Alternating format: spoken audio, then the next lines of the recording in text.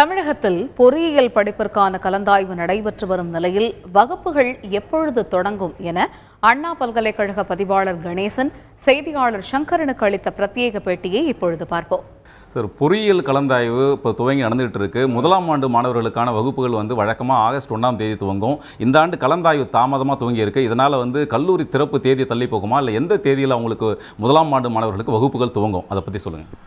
இந்த வருடம் கல்லூரி செப்டம்பர் 1 தேதியிலிருந்து துவக்குவதற்காக நம்ம டைரக்ட் அகாடமிக் கோர்ஸ் பல கல்லூரிகளுக்கும்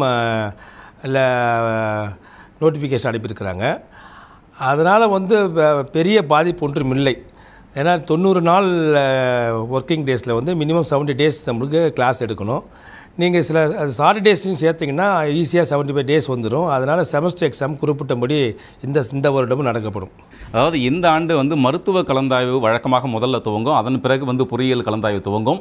இந்த ஆண்டு மருத்துவ படிப்பிற்கான கலந்தாய்வு தள்ளி போனதன் காரணமாக பொறியியல் கலந்தாய்வும் தள்ளி சென்று தற்போது நடந்து கொண்டிருக்கிறது.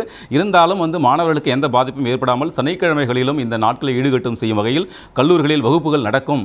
இதனால் தேர்வுகள் எந்த விதமான மாற்றமும் இருக்காது என்ற ஒரு கருத்தையும் அண்ணா பல்கலைக்கழக பதிவாளர் திரு கணேசன் தெரிவித்திருக்கிறார். தந்தி டிவி செய்திகளுக்காக ஒளிப்பதிவாளர் ரவிச்சந்திரனுடன் சங்கரன்.